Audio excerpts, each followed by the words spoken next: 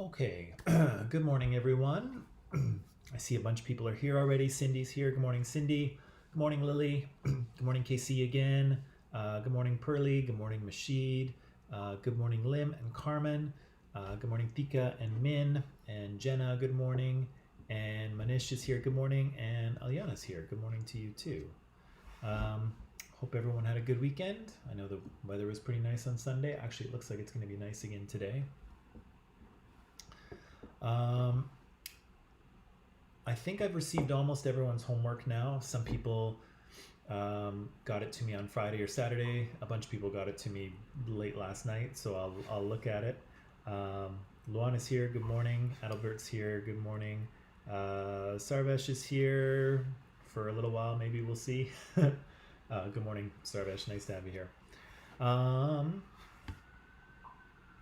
Who else here? Ella's here. Good morning or good evening, Ella.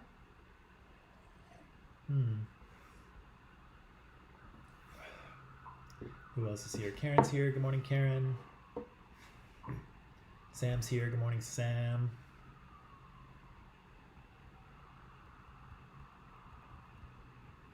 I think that might be, that feels like a lot of people. I'm not sure if that's everyone, but oh, Sabrina. Sabrina's here. Hi, Sabrina.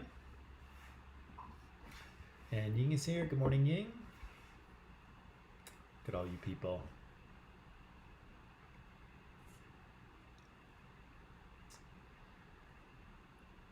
Okay, let's dive into this. Okay, so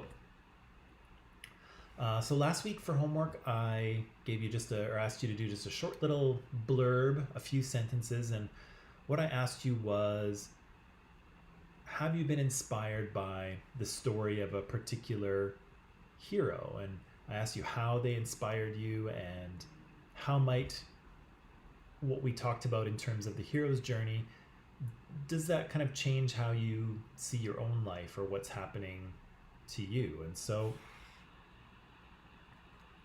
it was kind of interesting because in the ones I read, and I think there's probably about half of which I haven't read because they just came in last night, but the ones I read were interesting because we had a few kind of Marvel characters in there. Iron Man shows up, Scarlet Witch shows up, Spider-Man shows up. We have some kind of real life people. We have William Shakespeare. We have some scientists show up. We have some political figures show up. And what's really interesting is that these characters are all different. I mean, some of them are real historical characters. Some of them are fictional. Of course, all the stories are different surrounding these characters. Some of the stories are fictional and some of them are real. All of these characters, all these heroes have different strengths, different abilities, and they are heroes, I guess, for some different reasons. But what's really interesting is that some of the same values, some of the same kind of beliefs about what a hero is, are shared throughout all of these stories. And so, we see ideas come up like persistence. We see ideas come up like trying to save people or trying to help people who need help. We have ideas about friendship, about sort of working together as a team to accomplish something.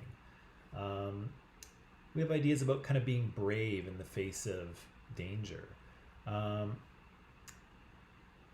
There are also ideas about kind of being known as well. So heroes are people who have been able to influence other people in a positive way. That's part of being a hero as well. And I think what's really interesting is that all of you wrote these little responses, these little reflections. You all wrote them. And again, the characters that you picked are all different. The heroes you picked are all different. The stories surrounding all of those heroes are different. But when you kind of peel away all of that stuff, you see a lot of the same values. And I think what's really interesting is that some of those same values show up in the Epic of Gilgamesh, right? Gilgamesh is someone who is brave and who is persistent and who has an influence on people because his story is told for thousands of years now. He's someone who comes to learn something about the world around him and learn something about himself. And so the scientists are a good example of that. And so it's really interesting that I think it's interesting that when you look at the story of Gilgamesh, it's a weird story, right? There's all kinds of crazy things happening, and there's gods and bulls from heaven, and people are dying, and then he's looking for the secret to eternal life, and there's a snake, and there's all kinds of crazy things happening in this story, things that would not happen in real life. But when you kind of peel all the crazy stuff away, you see that the story of the hero is not that different from the stories that you told me in terms of who heroes are that inspire you. And it's kind of interesting to think, number one, that little Sumerian kids thousands of years ago were probably playing with each other and pretending to be Gilgamesh, just like little kids today pretend to be Spider-Man or Captain America or whoever. But it's also interesting to think how in many ways we're telling the same story to each other, right? We're telling stories of what a hero should be, and an idea of what a heroic figure is hasn't really changed that much in thousands of years, even though what the hero looks like, whether he's a king of Uruk or a billionaire genius in a mechanical suit, whatever the hero looks like, in many ways the hero is very similar, and we're kind of telling each other, again, similar stories over and over again. It's just the details that change. And again, the details are important as well, but the similarities are also important, I think. But I'm looking forward to reading the other half for sure. Okay, so that said, last week we were leaving behind the Mesopotamians, and so we said that there were a few different cultures that lived in Mesopotamia, and we didn't give them all equal airtime, right? We spent a lot of time talking more about the Sumerians, and we talked about the other cultures that came after them, like the Akkadians and the Babylonians and the Assyrians. We talked about them only a very little, but really we said that this was a remarkable period of history and physical location, because we see a lot of the things appear in Mesopotamia that now are a part of our regular lives, right? Even though the Sumerians lived a very different lifestyle from the ones that you and I live, we see a lot of things pop up that are reflective of how we live our lives today, right? The Sumerians lived in cities like really all of us do today. The Sumerians developed a writing system, which was important to the functioning of their state. And of course, it's the same thing with us today. Writing is a very important part of our sort of daily lives, and it enables our states to function as well, just like the Sumerians. The Sumerians developed engineering and mathematics skills that allowed them to build impressive things and create impressive technologies. And again, that's very similar to what we do today, right? We develop science and math and engineering in order to build impressive things. And again, the Sumerians created larger political entities. And so they started to create the world's first political systems, right? With kings and priests and governors, and later laws. These are all sort of complex new political innovations that, of course, didn't exist thousands of years before. We also see the Sumerians start to engage in long distance trade, and so they start trading with other civilizations around them, which again is rather new as well.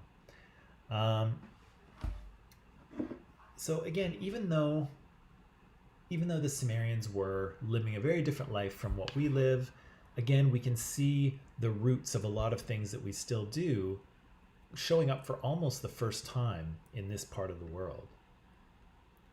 Okay, that brings us to Egypt. And so, like I said, Egypt is kind of one of my favorites, and I'm going to try not to get too sucked into dealing with them because I do like them. But we said we're going to try and look at all these things with regard to Egyptian civilization and Egyptian culture. So we're going to try and look at their connection to the environment. We're going to try and look at their political system, who they've interacted with, other cultures, and how, what kind of conflicts that they've had and how they resolve those conflicts, their values and beliefs, and then their cultural expressions, like their artwork.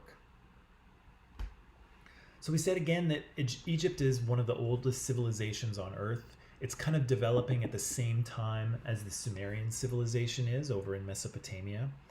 And we said that Egyptian civilization really gets going kind of around in about the 3000s BCE.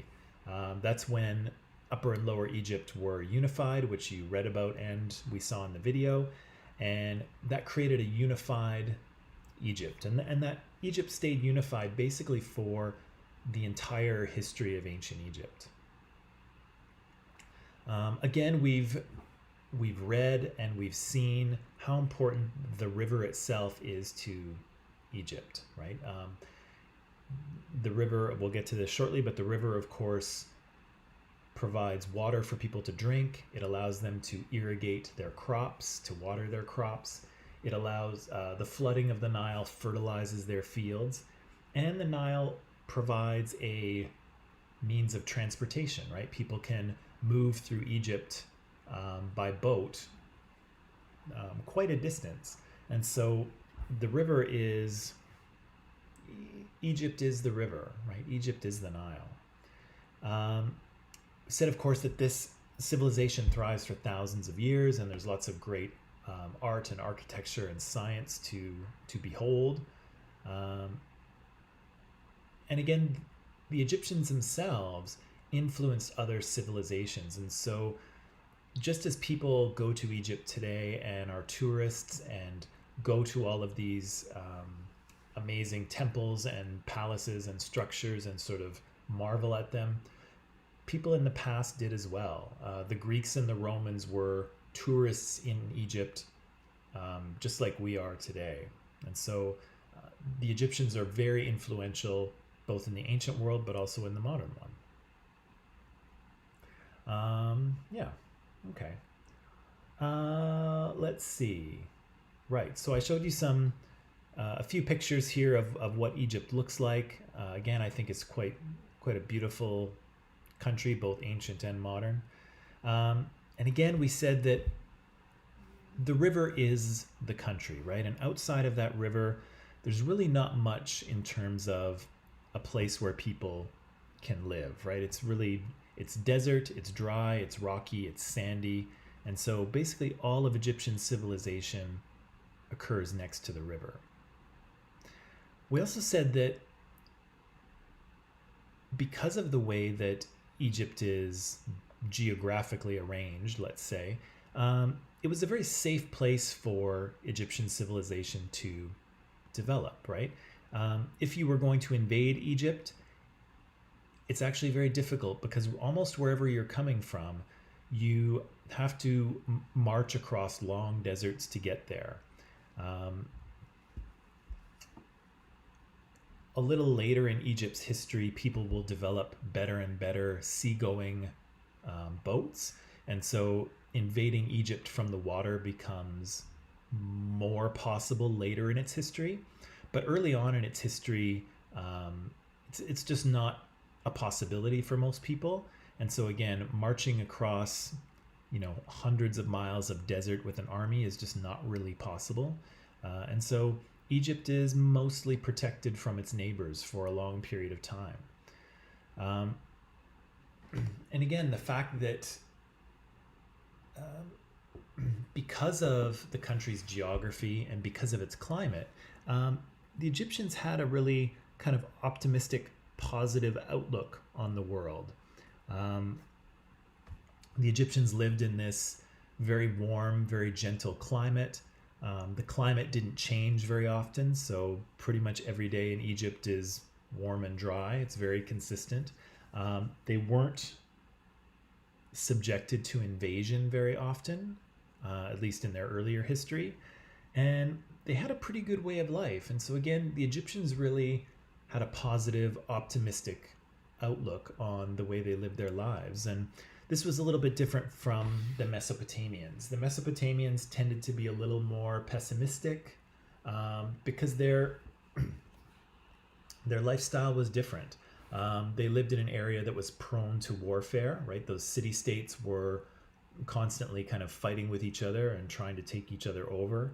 And their weather and the flooding of the river were a lot more unpredictable than they were in Egypt. And so for the Mesopotamians, they lived in a much more kind of unstable and intense environment, whereas the Egyptians had a very consistent environment, and it resulted in them generally being very kind of positive and optimistic in the way that they saw things.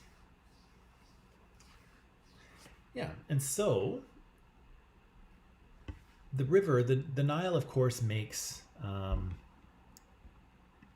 life possible in Egypt, right? There's no way that Egypt exists without the Nile, and so the river itself is a key to the success, the agricultural success of the Egyptians, but also key is the way in which they manage the flooding of this river, right? The canals and the irrigation systems they use to manage the flooding of the river. Like I mentioned, because of that, they're able to produce 2 crops a year. And so that means a huge amount of food is available to the Egyptians. And again, that allows some people to be farmers, but lots of people to do other things, right? They can specialize in different professions. And that's an important part of the development of a civilization as well. Yeah, so here we see a guy engaging in some traditional agriculture, and here we see kind of a very artistic view of kind of what some of these agricultural fields would have looked like. And you can see the Egyptians with these irrigation dikes, these sort of that bring water to the fields far away from the river. You can see all of these grain silos, these little kind of white cone things in the background where people would have stored their harvest from last year. And you can see, I don't think we saw these in any of the videos yet. Egyptians devised these very clever shadoufs, these very clever ways of moving water from the river into the irrigation system. And so this was how they kind of transferred water from the river into their irrigation dikes in order to water their fields. And so the Egyptians grew all kinds of different crops. They grew wheat, they grew barley, they grew flax, but people also grew fruits and vegetables and things as well in kind of smaller gardens for themselves. Now, unlike the Mesopotamians, the Egyptians actually had a large amount of natural resources available to them. And so they had lots of decorative stones and gems within their borders. They had access to metals like copper and lead and gold. And they had a lot of high quality building stone as well. And so this is another kind of advantage that the Egyptians had over the Mesopotamians. And so we said the Egyptians were kind of sheltered. They had this nice little comfortable bubble in which their civilization could develop. It was very warm, it was very sunny. They had the river that was consistently flooding and helping their agricultural production. But they also had a lot of raw materials which they needed too. And we said the Mesopotamians didn't have those and they had to trade for them. But the Egyptians had them to begin with. And so they were kind of fortunate in that way. Okay, so I asked you a few questions here from the textbook, and so I would like to ask those to you now. So the first question I asked from the textbook is, what kinds of cultural developments, what kind of cultural developments occurred from around 3600 to 3300 BC and why? So what's happening in Egypt around this period? Because this is an important period for this culture.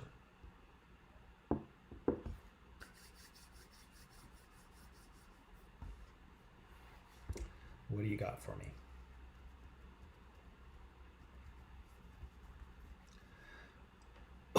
Excuse me. What kinds of cultural developments occurred from 36 to 3300 BCE?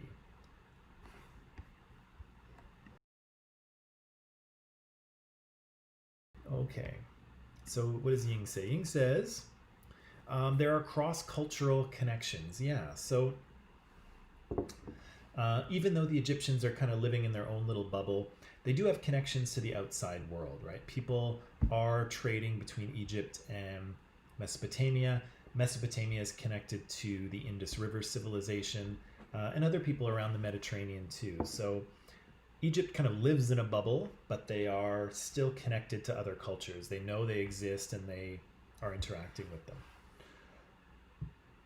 them. They're adapting to and controlling changing environments. Okay, that's good, but we might need a little more on that.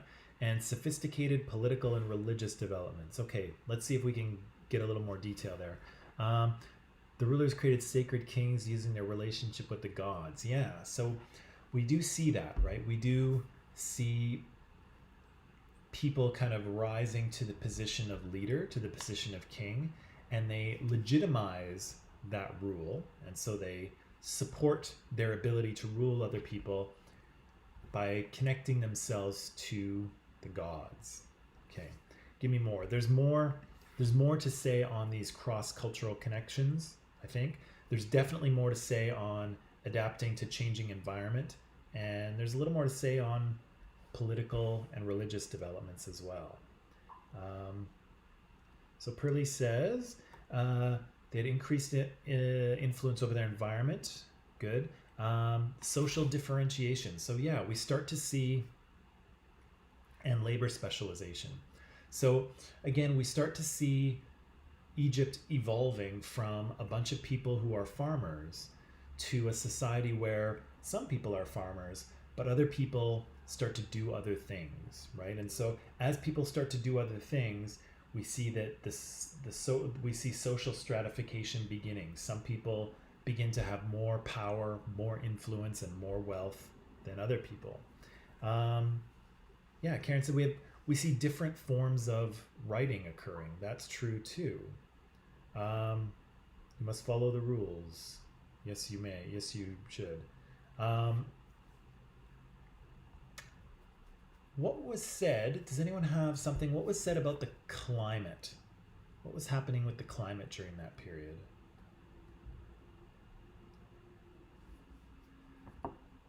Climate change is always a popular topic. What was going on climatically at this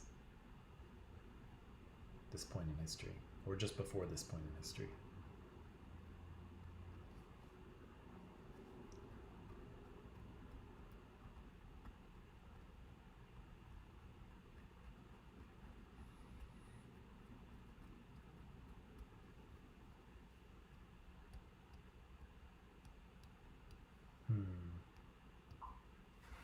Let's see. I think Karen got halfway there. The area becomes more.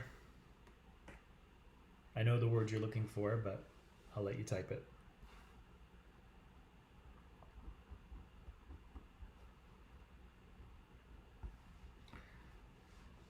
I know the word you're looking for, but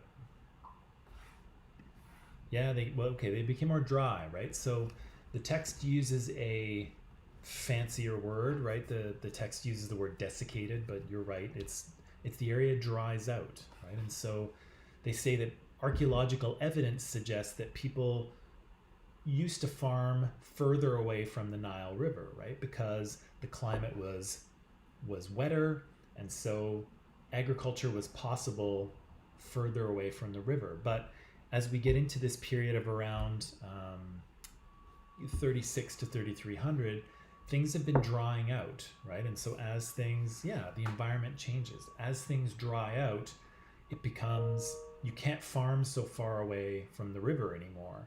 And so people have to stick closer to the river in order to irrigate their fields. And so in order to create the same amount of progress, the Egyptians have to get smarter about how they manage their farming. And so you see them start to build canals, build ditches, use those shadoufs. And so they become a little more sophisticated about how they grow their food, right? They use the Nile for sure. So they become a little more sophisticated about how they do their agriculture. Now, so Thika said earlier here that the rulers created sacred kings by using their relationship with the gods. Yes. Can somebody give me a little more on that? Specifically, how people gained power and sort of used, how did they gain power over others by using the gods? How did they do that?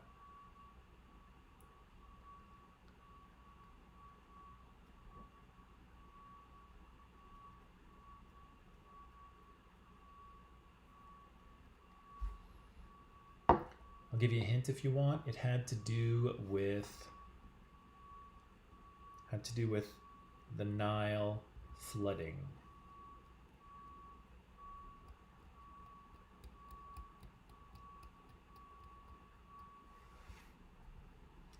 Had to do with the Nile flooding.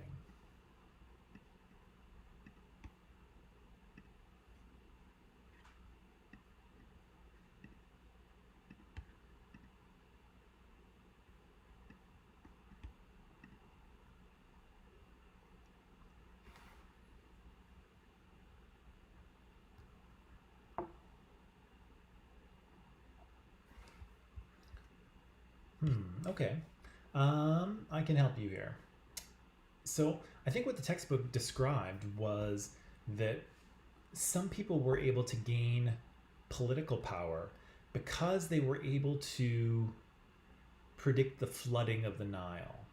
And so for some people, if they got really good at figuring out when the flood would come and how high the flood would be, they used that prediction, they used that knowledge to say that they were connected to the gods, right? The gods told me that the flood will come at this time. And then when the flood comes at this time, everybody says, oh gosh, they must be connected to the god. The god must be speaking to them, right? And so some people use this kind of knowledge and predictive ability in order to gain social power. Because the flooding of the Nile is so important for people, the person who can tell when it's going to flood and how much also becomes important, right? And so they connect themselves to the god. Weren't they just lucky? Well, that's a good question. To be honest, Karen, I don't know exactly how the Egyptians predicted the flooding of the Nile. I do know it was very regular, so it wouldn't just happen at any time of the year. It would be roughly in a certain time of the year it would flood. But as Egypt kind of went on, it did become very important to be able to forecast how much the Nile would flood and when. And so it did wind up being a very sophisticated operation. Priests were often involved. The pharaoh was involved, and the ability of the Nile to flood the right amount eventually became linked to the Pharaoh. And so the idea was is that if Pharaoh did all of the rituals correctly, then the Nile would flood kind of on schedule and the right amount. And when that happened, everybody would kind of be prosperous. If it didn't flood quite as much as it would quite as much as it was supposed to, then that would be evidence that the Pharaoh maybe wasn't doing his job, wasn't doing the rituals correctly. And so I think, there's a bit of luck going on here, but there's also some environmental measuring going on. And so I think it's a bit of both. There's a bit of observation, there's maybe a bit of science, there's a bit of luck, probably a lot of prayer in terms of how the Egyptians do this. So it's a bit of everything. But again, the ability to predict the flooding of the Nile, exactly when it happens and how much it's going to flood, becomes evidence of being favored by the gods, right? And so some people are able to use that to gain power, right? They gain social power because of that. I think I just answered part of this question, but what do we learn about the role of the pharaohs in ancient Egypt? What are the pharaohs there for? What's their function?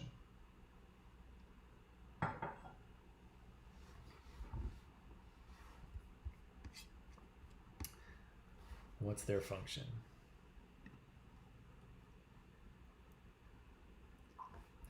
Okay, so Cindy says, once Egypt was unified, pharaohs ruled as divine kings, as the personification of the gods. Yeah, and that's and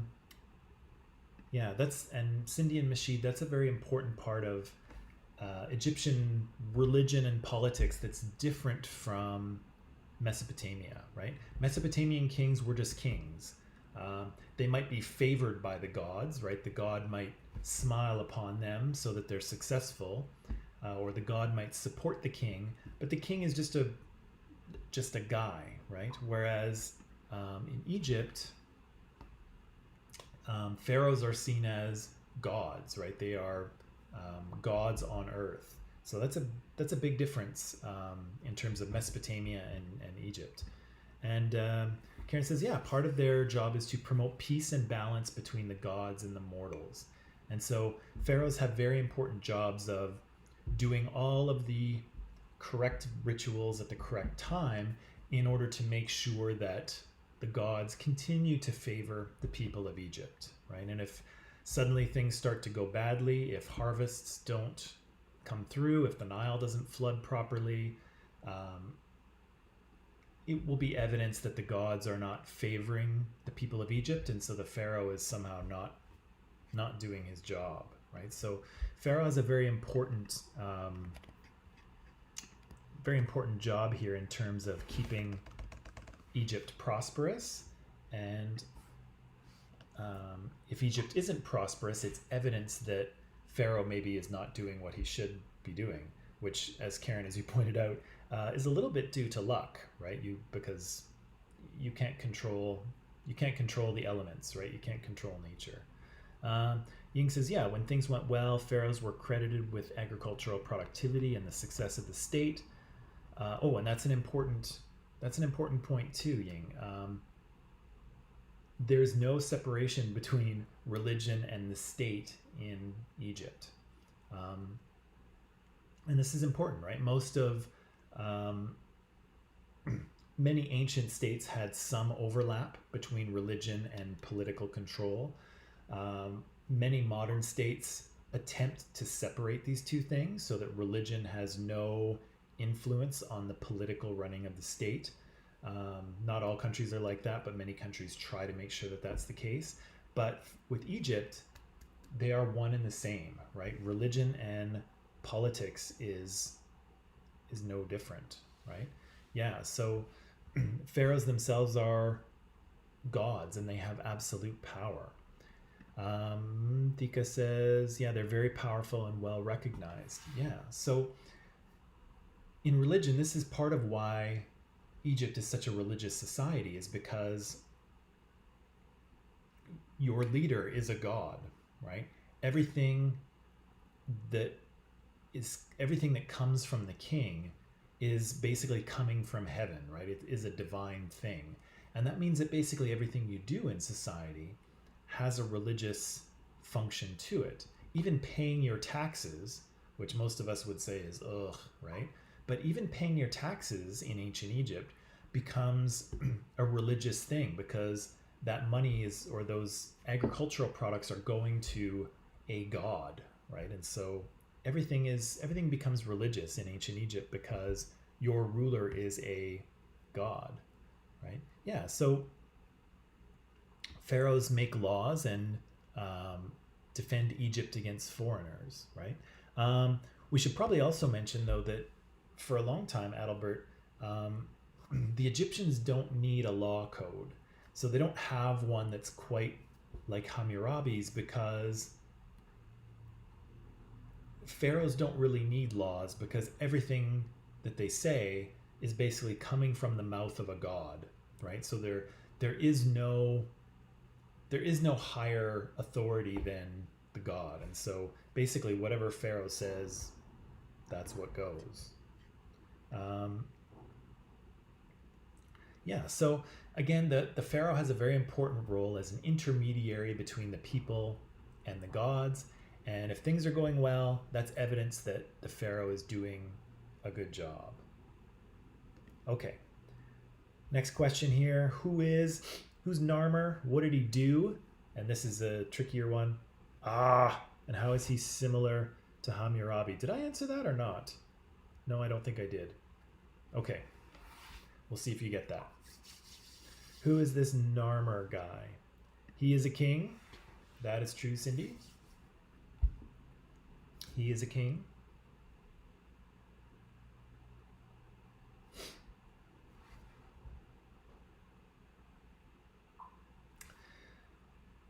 Ying says he is a king, and he's referred to in some texts as Menes. Yes, he is.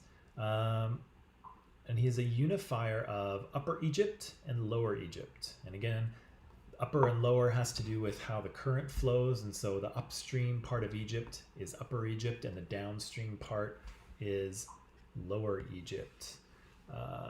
Let's see. Casey says that he unified the two. Yeah. So Hammurabi are both kings, good, and used something to show their history, which is cuneiform. Oh, okay.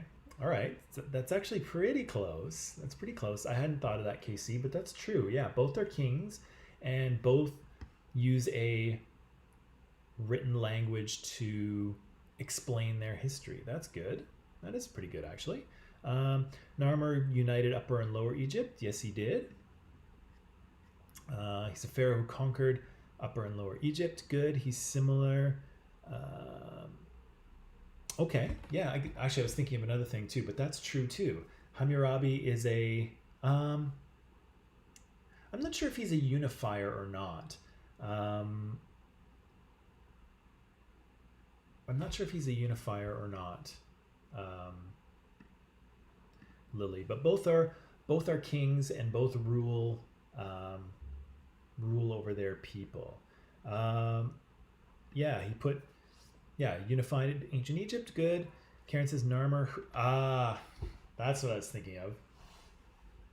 Yeah, so Narmer is someone who legitimizes his rule by connecting himself to the gods. And so if you remember, Hammurabi wrote that big law code, and then at the top of the law code there was a little kind of carved picture of him kind of getting justice from the god of justice, right? And so where does Hammurabi's authority come from?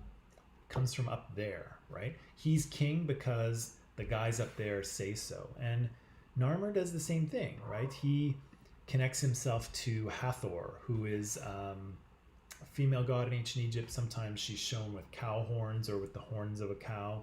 And he connects himself to Hathor and sort of says, yes, I've conquered Upper and Lower Egypt because the gods favor me, right? The gods the gods are the reason why I've won. Yeah, so Carmen, right? Yeah, he unified Upper and Lower Egypt. Good. So he kind of has this thing going on. He kind of has this thing going on as well. Okay, do you want to take a quick break? I think I need to give my voice a rest here for just a minute. So let's take a quick break, stretch your legs. I'll see you back here in 10 minutes and we'll answer a few more questions and I'll show you a few more things, okay? So see you very shortly.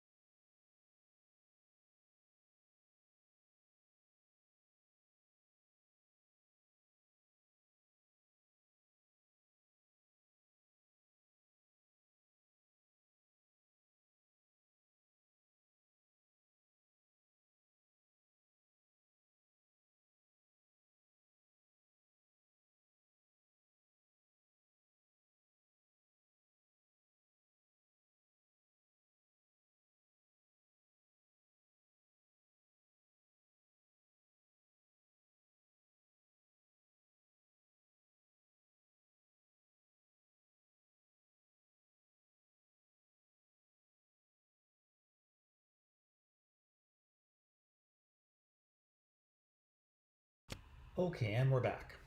So, Egyptian civilization around 3600 to 3300 goes through some pretty significant changes, right? Over the previous period, the climate has been drying out. People have been forced closer and closer to the river, and they've been forced to grow their food in a more intensive way, right? They're using canals and irrigation ditches and shadoofs and things to maximize how much food they can grow in a smaller area of land. But they're still wildly productive. They still grow tons and tons of food. We see that in around 3100 BC, this king named Narmer comes through and unifies the two parts of Egypt, upper and lower, right? He seems to do it militarily, right? Because on that piece of stone that you saw in the textbook, he's got a big club and he's got, the other king by his hair. So he unites them in a violent way. But after that, Egypt stays relatively unified for most of its ancient history. We said that part of the way that people gain power in this civilization originally is by connecting themselves to the gods, by convincing people that somehow the gods favor them or the gods speak to them somehow. And so the textbook here is suggesting that the better you were at understanding and predicting the flooding of the Nile, the more that showed that the gods were speaking to you. The gods were giving you some knowledge that nobody else had. And so that allowed people to have power over others. And eventually that winds up being demonstrated with pharaohs who are actually seen as gods, right? They're living gods on earth. So the next thing that comes up in the text has to do with writing, right? And so the Egyptians create their own written script as well. They do it at a similar time as the Sumerians do, maybe a little bit later. It's possible that they get the idea from Mesopotamia, but the two writing styles are very different. And so writing doesn't come from Mesopotamia and then arrive in Egypt. The Egyptians create their own written script. So Cindy here says, around 3150 BC, hieroglyphics emerge as a written text. And so if you see ancient Egyptian writing, most of the time you will see hieroglyphs. Hieroglyphs are kind of the formal way in which the Egyptians write. And so if you see anything, official, anything that's kind of carved in stone, anything lining the walls of ancient tombs in Egypt, you'll see hieroglyphics. And hieroglyphics are, there's a few different parts to them. That's true, Mashid. And I wanted to point that out too, because hieroglyphic has two types of symbols. Actually, they have three as far as I know. So I'm just going to keep putting these up here. Okay, I'm going to save that for a minute. I'm going to go back here. So there are ideograms and there are phonograms. And so ideograms ideograms in hieroglyphic, it's kind of like the way that Mandarin works. And so Mandarin has a certain symbol for a word or a concept or an idea, right? So one symbol equals an idea. And so hieroglyphics is like that. Every symbol is a word or an idea. But it also works the other way. Hieroglyphic also works with phonograms. And phonograms are symbols that kind of work like the English alphabet. And so here in English or in Arabic or Farsi, each symbol is a sound, not a word, okay? And so whereas Mandarin tends to work with ideograms, English tends to work with phonograms, hieroglyphic has both of those things at the same time. And so there's a third category of symbol in hieroglyphics which are determinative. And so sometimes there's symbols to tell you whether the symbol you're looking at is a sound or the word. Okay, so if you have a hieroglyphic of a bird, if there's confusion about whether it's a bird or the sound that that symbol makes, there'll actually be another symbol to tell you what it is. And so it's a very complicated way of communicating meaning, right? The symbols are very complex, right? Sometimes you can actually tell if it's a bird, you can actually tell what kind of bird it is. And then again, sometimes you might be dealing with a word or an idea. Sometimes you're dealing with a sound. And so it's actually a very complicated way of writing. So the Egyptians write in stone. They carve things into stone, but they also write on papyrus. And so papyrus is kind of a paper. Papyrus is kind of a reed that grows by the side of the Nile. And so people make paper out of it. So let me see here what we have. So the writing of the hieroglyphic writing is different from Sumerian cuneiform because cuneiform is phonetic, so it encodes sounds, not words or ideas. Hieroglyphic does both. I'm going to come here. I guess we could say that Egyptian writing happens on paper, on papyrus, whereas the Sumerians didn't really have any paper, and so it's all in clay. But there's also three types of writing in ancient Egypt as well, right? The Sumerians only have cuneiform, but the Egyptians have two other styles of writing. Do you remember what those are called? The Mesopotamians only have one. They only have cuneiform. But the Egyptians have three different written scripts. And so hieroglyphic is one of them. And then there's two others.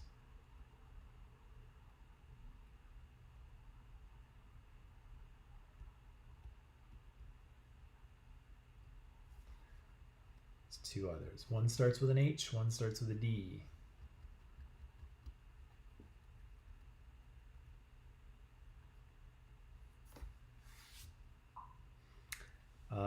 Papyrus is what they wrote on, Casey. So papyrus is like a grass or a reed that grows by the river, and so they would collect that and mush it up and make kind of paper out of it, and then they would write on it. But there's two other styles of writing. Mashit says Demotic is one of them. And then there's one more. Hieratic is the other one. Hieratic and Demotic. Good. So the Egyptians use these written scripts in different ways. So if you're writing something formally, so if it's on the wall of a tomb or if it's like a public monument, they use hieroglyphic because hieroglyphic is the kind of formal written script of ancient Egypt. It's a religious script. Hieratic is kind of a short version. And so, imagine if you were in ancient Egypt in class trying to take notes. If you were trying to take notes in hieroglyphic, it would take you forever because you have to draw this specific bird for one word, and you would never be able to keep up. And so the Egyptians had a very formal, complicated hieroglyphic language, but they also had two scripts that were easier to write. So if you were taking notes or if you just wanted to write something really quickly, you could do it. And so, so hieratic is one of them. And that was usually used by religious figures, by temple priests. If they just wanted to write something really quickly, they would use hieratic. And then Demotic was kind of more for regular people. And so if you happened to be a regular person who was literate, who could read and write, you would probably use Demotic. And so those two those two types of writing were kind of just allowed people to really quickly take notes, whereas hieroglyphic took longer to write, and so it was only for very kind of formal things. And so that was another way. That was another way in which the writing system in Egypt was different, because the Sumerians and the Mesopotamians only had one written script, where the Egyptians had three, which is pretty complicated, right? Okay, and what other innovations do the Egyptians come up with? They are very inventive. They're very inventive, those Egyptians. So the Egyptians are builders, right, among other things. And so they create techniques in order to get heavy stones that weigh tons up to very impressive heights, right? And they use ramps and levers and other things. So that's good. So they also developed they develop a 12-month calendar with 365 days. That sounds familiar, right? They learn how to make glass. That's pretty impressive. They develop arithmetic and geometry. So they are able to do math and geometry. The building of those pyramids doesn't happen by accident, right? You need to be able to do the math. You need to figure out the geometry. You need to figure out the angles. You need to figure out how to arrange the stones to make sure that they don't collapse in on each other. The Egyptians know how to do this, right? They know how to do the math. And this is 5,000 years ago. They figured this out. Dika says they also, sorry, I'll go back here. They figure out medicine. They know how to set bones when they break, and they know how to create medicines from plants around them. Let's see. Yep. And a decimal system. They created a decimal system 5,000 years ago. They create paper. They create not one writing system, but 3 writing systems. They create paper so that they can store their administrative records. Impressive. Medicine. Impressive. They do create dams. There's currently a dam in Egypt now, but that's very, very recent. But it's true, they do create structures that help control the flow of the river, that's for sure. So this is all very impressive stuff to do thousands of years ago, right? This advances in medicine, in engineering and math and geometry, in writing, very complex political organization. And again, this all happens because people start living in one place and start growing a lot of food. And it allows some people to farm and some people to spend their time doing other things, like figuring out geometry and doing math.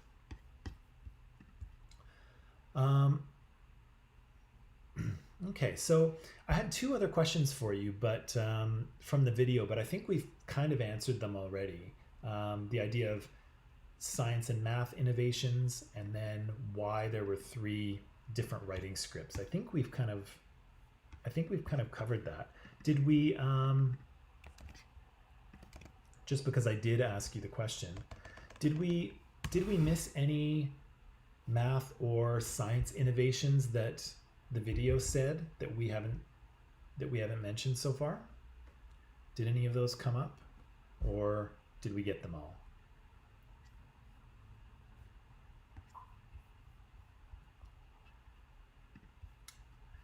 Let's see here. Okay, so Cindy's got measurement and numbers. Yeah. They developed their own standard unit of measurement, right? And so depending on where in the world you live, today we use feet and inches. as standard units of measurement, or meters and centimeters. The Egyptians used cubits, right, which was about that length. And so that allowed them to do complicated calculations because they could actually do measurements, right? They measured time. So they created a solar calendar. They created a calendar that was the same length as our calendar. And they were able to measure and survey land. This is pretty impressive too, because they didn't have the types of things that we use today in order to measure. And so somehow they were able to lay out straight lines. They were able to orient buildings according to north and south. Really, really impressive. Really, really impressive stuff for thousands of years ago. Okay, so tomorrow what we're going to talk about is religion in a little more depth. We said that because the ruler of Egypt was basically a god, everything that the Egyptians did kind of was religious in a way, if you think about it. And religion played a critically important part in Egyptian civilization in terms of how they went about their daily lives, how they thought about themselves, how they ruled each other politically, and kind of how they lived their lives, because the Egyptians had a very rich and specific view of what happened after they died. And so how they lived on earth was a very important process in terms of preparing them for what happened after they died. And so we're going to kind of look at that because of all of the things that are interesting about ancient Egypt. I think that their religious practices and the sort of physical objects that come out of that religion, so the tombs and mummies and all sorts of artwork and painting, a lot of the stuff that comes to us from Egypt that people are kind of intrigued with has to do with religion. And so we're going to take a little bit of a deeper dive into ancient Egyptian religion, but also into what religion is. Okay? And I'll say this again tomorrow, but I'll say it today too. When we're looking at religion in this class, we're kind of looking at it in the way that a historian or an anthropologist looks at it. And so anthropologists aren't really concerned with what's true. And so anthropologists aren't trying to figure out whether there is a God or whether we should believe in this religion or that religion. They're just trying to explain how religions work. And so anthropologists kind of assume that all religions are created by people. And so for you, this might kind of conflict if you are a religious person. And so keep in mind that we're not trying to call into question religion, and we're not trying to call into question particular religions. We're kind of looking at this from an anthropological stance, and anthropologies assume that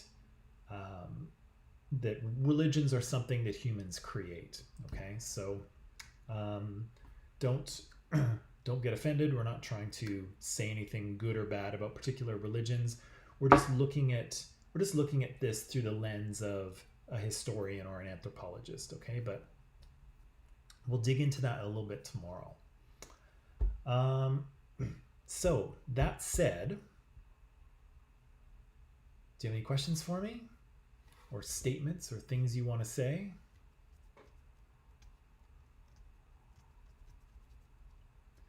Because if not, I will probably leave it there today.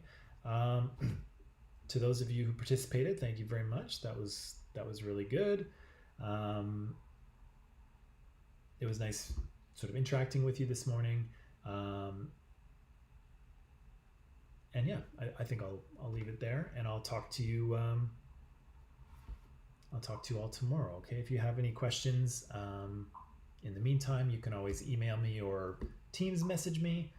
But yeah, I think that's all I have. So have a good day, peoples, and I'll see you tomorrow, okay? Bye.